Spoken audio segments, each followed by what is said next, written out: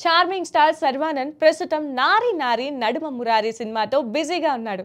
రామ్ అబ్బరాజు దర్శకత్వం వహిస్తున్న ఈ చిత్రంలో సాక్షి వైద్య, సంయుక్త హీరోయిన్లుగా నటిస్తున్నారు. ప్రెజెంట్ షూటింగ్ శరవేగంగా జరుపుకుంటున్న ఈ మూవీ నుంచి ఇప్పటికే వచ్చిన ప్రతి అప్డేట్ ప్రేక్షకులను ఎంతగానో ఆకట్టుకోగా ఈ చిత్రం సంక్రాంతి బరిలో రాబోతున్నట్లుగా ఇప్పటికే అప్డేట్ వచ్చిన విషయం తెలిసిందే. అయితే ఇప్పుడు ఈ రిలీజ్ డేట్ పై కొన్ని సందేహాలు వ్యక్తం అవుతున్నాయి. నారి నారి నడుమ మురారి చిత్రం సంక్రాంతికి రిలీజ్ అవ్వడం అనేది ఇప్పుడు పూర్తిగా దాని ఓటీటీ ఒప్పందంపై ఆధారపడి ఉందట.